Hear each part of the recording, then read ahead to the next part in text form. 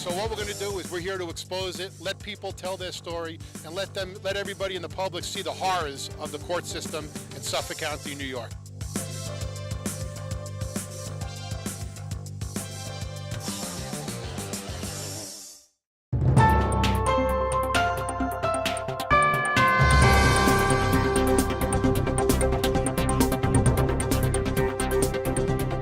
Long Island Backstory with Chief Correspondent Gary Jacobs. Hi, I'm Gary Jacobs. Welcome to another edition of Long Island Backstory, where we're filming at the Alt-T studio in Hop Hog on Motor Parkway. Not that anybody cares, because you're not going to be coming here. But this is a great show tonight. We've had my next guest, Frank Vetro. He's been on the show several times, but for different things each time. This is probably the most important one that he's done, not for himself, but for all the viewers who are watching this out on Long Island. And for the people who aren't from Long Island and watching this, please do what you can to support my next guest, because if you're a supporter of mine, you'll see that Frank and I are on the same page. Frank Vetro is no stranger to uphill battles. He's made it his life's mission to fight corruption, drugs, and gang violence. His next step in this journey is politics. Probably going to be the toughest one of all of them. Frank is running for the county legislator in the 6th Legislative District of Suffolk County, which includes, take it away, Mount Sinai, Sound Beach, Miller Place, Rocky Point, Shoreham, parts of Wading River, Coram, parts of Port Jeff Station, Middle Island, Ridge. Did I miss anything? Should be 10 there. Should be 10 there. You got them all? Okay. And I just want to say at the beginning, I did invite Frank's opponent to the show. I actually sent a letter out to him as well, and I saw him at an event, and I asked him if he got it. Unfortunately, he didn't have the courtesy to even respond to it. But when I asked him at the meeting I saw him at, he said that he wasn't interested in coming because he figured he was going to win the general election. He was going to win the primary, and then he was focusing on that. Did he say that? Which I personally don't like. So I don't know anything about him. So I'm not going to say that he's bad or whatever, but I will say that I know Frank Vetro, and I support Frank. And you know, tonight we have, you're the second, but we have 3 other interviews after you for people who are running, and I didn't endorse any of them. Personally, I support Frank because I believe in what he believes in. I know him personally, and I know him to be a fighter. And if you are worried that when people get into office that they're going to say one thing and get in there and do something else, then you need to vote for Frank, because I'm telling you, just like legislator Rob Trotter when he went in there and he said he was going to fight the corruption and fight all the craziness going on, he did it, and he stuck to himself. He didn't get bought out by the parties. And I know, Frank, you're not chosen by the parties, which is why you're doing a primary. But I don't want the party leaders choosing who wins the elections. And you know what? This is what the system is set up for. You're not being treated fairly, in my opinion. I don't know if we'll talk about that. I want to let everybody know about you, but you are the regular person. You're not a career politician, and you're doing it, in my opinion, for the right reasons. But I'm interviewing you, not myself, so I'm going to give you a chance to talk. So, Frank, thank you for coming to the show. Thanks for the great intro. I couldn't have said it better myself. Okay. You can keep going with that if you want. So, first of all, let me just ask you this. Why are you running for county legislator? Well, it's in my mind, the natural chain, succession. Back in 2006, when Suffolk County corruption took my life away with false accusations, ultimately, I was a public school principal, Hampton Bays, and after these false accusations were set forth against me, ultimately I wound up living in my car. Took everything away. I went from being on top of the world to losing everything. And unemployed 4 years in my car, I vowed that if I survived, I'd help people, and I would be the voice for people that I never had for those 4 years. Wrote a book about the corruption, the pattern of corruption that goes on in Suffolk County. Been fighting it ever since my saga started. Again, interviewed nationwide for my book. Started doing public speaking events for the book. From there, I was offered a radio show, my own show. Then I branched out, had my own radio show, the Frank Vetro Show, whereby I tell people stories. I help people. They reach out to me. I help them on a daily basis. Next step, might as well take it to the next level. And the people I help and my viewers, my listeners on my show said, why don't you just run? This is the year. And I think timing is everything, Gary. This is the year. This is the climate in Suffolk County, Long Island in general, where corruption people are fed up. So here I am. It's what I do anyway. I mean, my life has been threatened because of how hard I fought against corruption. That's how hard I fight it, and I will not waver. I haven't wavered yet. They can threaten me all they want, but I do this not for myself. I do this for the people.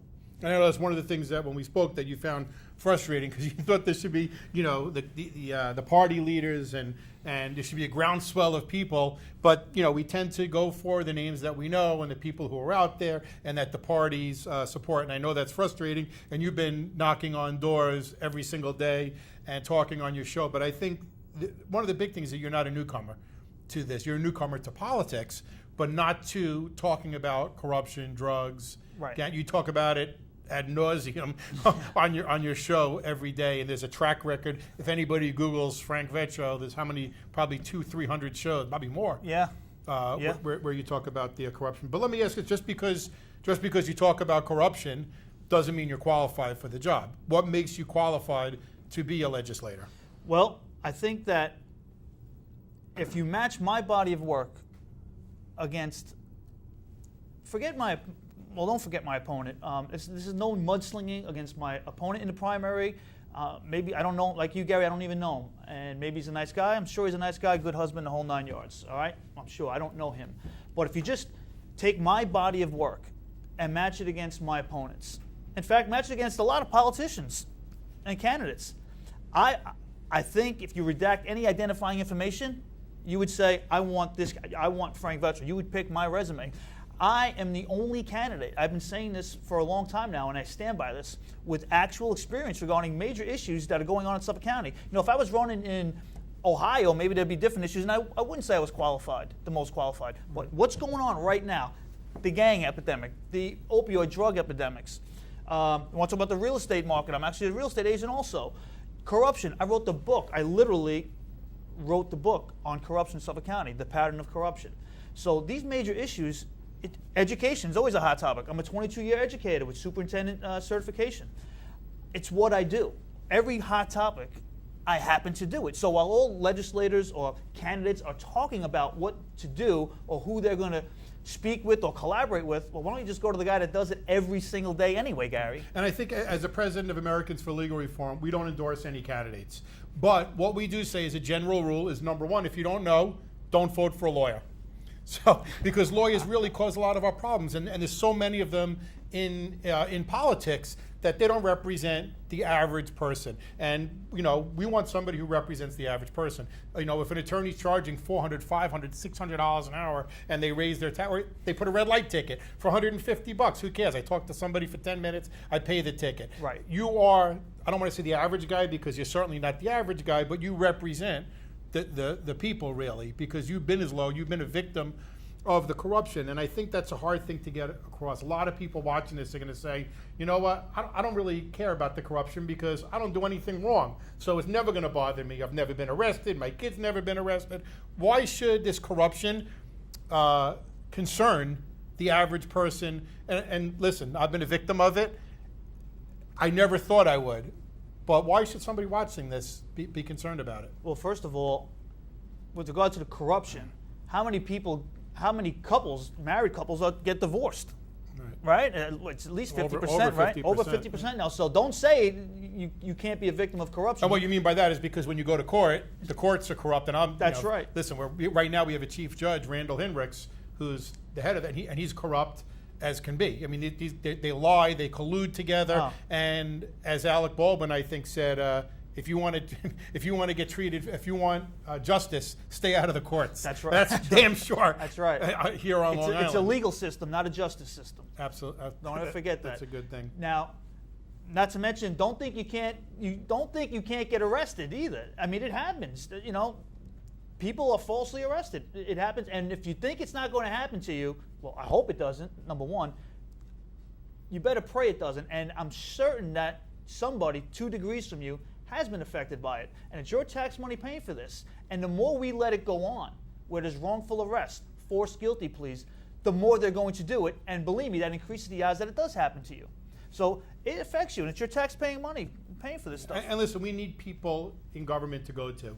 You need someone to go to when you're a victim of this. You need somebody who's going to go advocate for you. Sometimes it's very hard to do it by yourself. So if Frank is in, I know he will be, and I'm sure you'll tell. Well, listen, I have no problem saying this. I've been saying this live on air for the longest time now. Anyway, the district attorney's office, even if, because I don't think the guy in there now is any good, Thomas Spoda.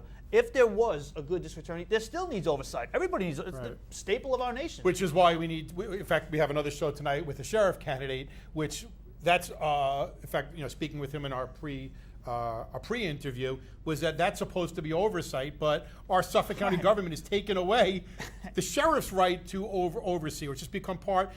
When you vote for people who are just part of the system and they take away your right to vote and they're basically appointed, you're giving that up. You're giving that right to vote up, and you're asking for trouble. You want outsiders, again, like legislator Rob Trotta, who fights the system. I'm sure there's other ones that I'm forgetting, but there's not many of them out here. You need more people. Yeah, there aren't many of them. And if anybody's ever been to a legislative meeting, it should be theoretically the most intimate connection between the people and government. That forum where you get that 3 minutes before they kick you out of your public speaking to say your piece. I've been to numerous meetings over the years, and there was one time I was just fed up, and I respectfully addressed the legislator. I said, "Listen, guys," and I didn't grandstand. I don't do that, but you're not listening to anybody. They get up, they walk away. No, but I don't want to say nobody. There are a couple, like you said, that listen. There are a few. Right. But there are 18 legislators. We need more than a few that listen. They don't listen. People feel marginalized out there. I felt marginalized, and I vowed I'd help people. And I don't mean I'm a registered Republican. I'm going to be in the Republican primary on Tuesday. But hey, Democrats, I don't want you paying red light tickets either. I mean, this Democrat, Republican, this feud, the divide has been so great and so fierce as of late that we have fallen through the cracks. And listen, corruption and false arrest, it doesn't know party. No, it right. doesn't matter when you're sitting in handcuffs and trying to get yourself out. Let's talk about a little bit so people who don't know you know who Frank Vetro is. First of all, right now you work at a place called Hope House. Tell us what that is and what you do at Hope House. Of course, I'm biased. I think it's the greatest not-for-profit organization there is. We have under the Hope House umbrella, there are maybe 8 or 9 buildings. For example, there's a building where we take care of homeless. There's a homeless shelter. There's a building for battered women. There's a building for drug addictions, things like that. I am a principal for a private school, which is very private. I can't name it, but we're under the Hope House umbrella. And I educate kids, the youth, 12 to 18, 12 to 18, that get kicked out of school, they're arrested. I work with the criminal and family court systems and all the public school districts in Suffolk County. When the kid gets arrested, we'll interview one of them, and they come with us. And a lot of them, gang members, here we go again, drug addictions. This is what I mean. This morning I was talking with these people. I had my finger on the pulse of what's going on in Suffolk County, unlike probably, I don't know how many current politicians have spoken to gang members today. Right. I have opioid, drug addicts. I do it every day. Even on my days off I go in because I love these kids. So 12 to 18 years old, and I take care of the educational components. I'm a school administrator. And they reside with us. So we rehab them, we educate them to make better choices, we put it into the curriculum, we monitor them, we educate the family too. A lot of programs don't do that. This way, when they go back home, they're not going back into the same family who could be a good family. A lot of times, unfortunately, it's not that great a family history, but even if it's a good family that really wants to do the right thing, they may not know how to handle one of their children that is just coming off a drug addiction. Right. So we educate the family, and it takes 7 months at least, and then with us another 5 months, and we slowly acclimate them back to the community. It's a great program, and it works. Great. So let me ask you this. So you mentioned the drugs. That's a big part of what you do. And people who are watching the show right now, that's a big issue for a lot of people. If their child's involved, and if it's not, they're worried that their child is going to get involved in drugs. And we hear a lot of talks, and a lot of people have meetings and forums. And I'm actually sick of them, honestly. I mean, we got to do something about it, not just talk about it. What do you say if you get in, and obviously you can't make the final decision, but you can advocate and put bills, forth. What would you do if you were in to prevent the drug or try to stop the drug problem? Well, what's going on now, which I'm all for, they've been cracking down on the drug dealers, and within the past 6 months, you see a lot of major drug busts, and I'm all for that. That's great. Okay, go get them and prosecute them to the highest extent of the law that you can. We need that, but we need to catch these kids before they get in. I talk to them, and it doesn't register with them, a 15-year-old, that, the Suffolk County is putting in more cameras to catch us, more state troopers to get. They don't think about getting caught. Right. They don't even know what that means. They don't even know that they're doing it. It doesn't faze them. So yeah, let's catch them. That's great, but we need to stop them from beginning the drug use or joining the gangs. How do we do that? Back in 2010, when I was on all-time law, I wrote a letter to was it 2010? Then County Executive Steve Levy. There was this war on gangs, and I still have a copy of the letter. And when I was in my car, here I am, an educated school principal, and society turned its back on me. I mean, I was losing all hope in society, but I didn't lose hope myself. I was an educator, and I thought from the back, I was freezing. It's cold in New York in the wintertime. And I said to myself, man, it really hit me inside what a kid must be feeling, a teenager, when there's no hope. You don't know where your next meal's coming from, no job, no income. I said, and I wrote this in my book, in that letter, I guess I know who will accept me, because nobody else is. I don't know where I'm going to go next. A gang would, quick money. I could have joined a gang. I promise you they would have accepted me. I felt what these kids are feeling. Now, I was a mature adult. I resisted that. I did the right thing, but you can't expect a 12, 13, 14-year-old to make those same choices that an adult makes. Right. So we have to give them hope, something to aspire to, something to go to. Care for them. It doesn't take a lot of money. It takes time and caring. And we have to set up programs that do just that. Programs, I hate to, brag about my program so much, but like what we do. We need more programs like what we do at Hope House. So, so you're for spending more money on that because you think it's money well spent. Yeah, well, yeah, it's well spent, but even, part of it's like the cost of a home teaching. The schools are kicking them out anyway. Right. So when the schools kick them out, you can't deny a kid compulsory education. They have to be in school anyway. So they would pay them for home teaching. Right. That's all we get anyway. Right. So it's not really more money. More. It's just allocated somewhere else. So you mentioned the gangs, and that's a big issue with the MS-13. It's getting well. They've had some arrests lately, but generally it's getting worse. And it seems like Suffolk County is way worse than Nassau County. So for some reason, they're congregating here in our county. Do you have any feelings on that, and what we can do to stop it? Well, one of the problems with that, kind of like the cocaine epidemic of the 80s, they should have been cracking down a little harder. Now, and once they did, kind of curb it. You're never going to get rid of it, right. But we're doing a terrible job of curbing it. Well, same pattern. We let them get away with everything. There's an issue. Talk about corruption. One James Burke, and Suffolk County, the Suffolk County DA's office, when the feds offer help with a drug task force, and you don't accept it, there's something wrong with that. That's crazy. There's something wrong with that. There was, obviously. Okay, so yeah, exactly. So they don't accept the help with that, and a lot of other things, by the way, that the feds wanted to help out with. And in fact, they took members. James Burke took members off the drug task force, members of the force off. So when you're not going to do that.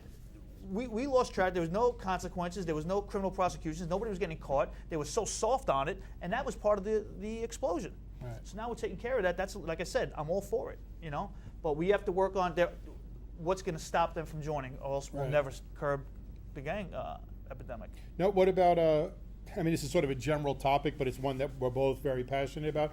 What about corruption? Well, Suffolk County is in so much debt. In part because cronyism, okay? People in office that don't belong there, they're not there on their merits, they're there because they knew somebody. It happens all too often. It's no big secret, I don't mind saying it. And if it was a big secret, I still wouldn't mind saying it, that's for sure. Or you have people who are corrupt in office. They're making poor decisions, they're more concerned with satisfying their own personal agendas. Or their party leaders. Than truth, justice, or just, doing the right thing, period. So what you have is not cost-effective decisions, put it that way. And so we pay the salaries, and then we pay for their mistakes. How we pay for their mistakes? Well, we have administrative fees. We have red light cameras. We have mortgage tax. Cremation tax to get you coming in life, to get you going in life. Car registration fees. Car registration. The false alarm fees, which bother me like you wouldn't believe. So we pay for their salaries, we pay for their mistakes. And they never stop making us pay. Whenever they screw up, it's just, okay, increase this, increase that, increase this. Well, except for they're killing the golden goose, unfortunately. Yeah, so corruption is just off the charts, out of hand. I think that's the biggest problem because it goes right up to the top. Look at our DA's office. You have Christopher McPartland. That guy's fucking corrupt. I can't believe I said the F word on Facebook. I can't believe this. Sorry, guys, but seriously, it's nothing more than the guy who's supposed to be in charge of corruption is corrupt. Yeah. As I say all the time, our chief judge, Randall Hinrichs, is corrupt. Thomas Spoda, let me tell you something right now. Either he is the most corrupt guy in town, either or. He's the most corrupt guy in town and should be in handcuffs sitting next to Burke. Or he's the most incompetent guy I've ever seen in my life because all of this happened without him knowing about it. I didn't know. But none of our politicians spoke out about it, and that's why I think we need somebody like you who will speak out about it. Our current legislator let him off the hook. They called for Spoda when he was at the height of these accusations to come in and speak before them before they asked him to resign or what have you. He said no, and they were like, okay. I think it was Steve Ballone, the county executive, made a statement that in his opinion he was running a criminal organization. Yeah. And he's still the district attorney. Still a DA. So what's wrong? I mean, there should be a whole groundswell of our legislators saying, hey, this isn't right. We can't have a corrupt district attorney. You need oversight. Yet they did. I stand by that. You need oversight. I've spoken in Albany. I went to Albany to speak about this. You need oversight of all district attorneys' offices, even if they're good. We all need oversight, right? It's natural in the United States of America. Everybody has somebody, it's checks and balances. Not for the DA, though. And if you were to ask a DA, ask the current people, if you have one, ask the current people running for the DA's office, would you like an oversight body? Right. They would say yes. It's a great thing to run on, a political, thing to run on. Then ask them this. No. We want an independent body to oversee. Oh, wait a second. We don't want that. Well, why not? You need oversight. So the next best thing, because that's never going to happen, unfortunately, what's the next best thing? Well, put Frank Vetro as a legislator. I promise you, to whatever power I may have, the fullest extent, I won't let them off the hook. I will watch them. Well, you get a soapbox, so just not letting them. Exactly. Let them do it. What about the red light cameras? I know that's something that you've been involved in and you speak about a lot. I do. But I'm gonna ask you about it now because some people don't know your position on the red light cameras. It's that time of the year, so now everybody's doing a little grandstand and getting on their soapbox because everybody wants to get reelected, and fine and good. I get it. Hopefully they put their money where their mouth is for once, but there's been quite a few people that have been trying to resist, trying to get rid of them for many years now. Right. Some people. But are they really trying to get rid of them? I mean the common man. Nobody in office. Oh, yeah. Yeah. No, I mean the common man, and people like you and I. But what's wrong with them? Like everything else, I'm more about the process and how things are done. They were implemented the wrong way for the sake of safety, and we know it's a money grab. Right. No question about it. There's no judgment to use. I live at the intersection of one of the most infamous red light camera intersections there is. People have died there, Miller Place, and I was going through the intersection, and a bicycle crossed the street. Fine and good, I stopped. But now I'm in the middle. Well, guess what happened to me? You got a $150 ticket. That's right. And if it's not about money, then what's with the surcharges, the administrative fees? For what? It's all about money. You get one in Nassau, it's even more money. You spend like upwards of $150 and up. Right.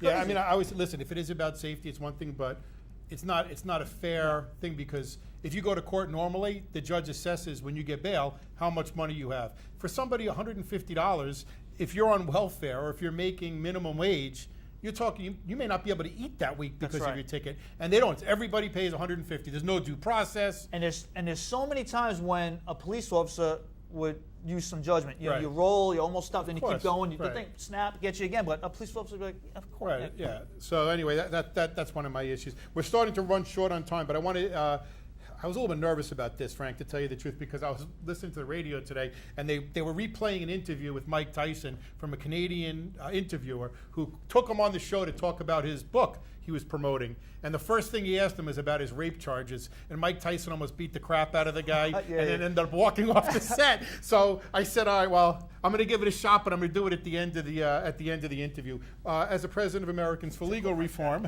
what we're doing is we're sending out pledges this year. It's called the Americans for Legal Reform Pledge to Combat Corruption. And we're sending this out to all the candidates, but of course your opponent didn't show up tonight, so we can't give it to him in person, but I will be mailing it to him and ask him to sign it. And let me just tell you, I was gonna let you read it, but that's boring for our viewers, so let me just read it to you as I did to the last guest, and hopefully you'll agree. It says, I agree, if elected, to investigate any allegations of corruption in Suffolk County, New York that are brought to my attention to the best of my ability. I agree, if elected, that if I am convicted of a felony as it relates to my position in government, I will immediately resign. I agree, if elected, I will vote against the continuance of the red light camera program. And finally, I agree, if elected to position where there is oversight of the family court system, that I will put forth legislation changing the current laws which grant one parent sole custody to the presumption of shared parenting and to the doing away with one parent must pay child support system that is currently in place. Would you agree to sign this on live, Facebook Live, where we're doing this, and it'll be on YouTube and everything forever? That's an easy one. But I think these are all things. These are things I do like every day anyway. Okay. Well, now I'll you're fight against every day. Now you're putting your name on the bottom, and everybody's going to see you signing that. And again, Frank. I think Gary might own my house after I sign this thing. We should get some pictures. Everybody watching, but I knew Frank would sign this thing. But again, Frank, thank you for coming to the show. I'm disappointed that your opponent didn't come to the show. It's really not right that he's taking it for granted that he's going to win. And you know what? Stop this. Let's bring it back to the people. Go out and vote, even if you never voted before. Make this the 1 year that you go out. I didn't vote in many primaries previously too, but if any of these issues that Frank brought up are important to you, the red light cameras, I brought up the family courts, the corruption on Long Island, the opioid epidemic, the gang violence. If any of those things are important to you, go out and send a message on the 12th. And vote for Frank in the primary. And I've had other guests, and you know I don't tell people who are watching me who to vote for, but this is one that I feel is very important because it's time for change. So Frank, thank you for always coming on the show. I appreciate it. May I just add that, hey guys, go to frankvetro.com to learn more about me, and you can see what the community's saying about me. Don't take my word for it, or Gary's. We'll take mine. Thank you, Gary. Thank you for joining me, everybody. And again, at the bottom of your screen, click share. We only have a couple days before the primary. We need as many people to watch this as possible. Thank you.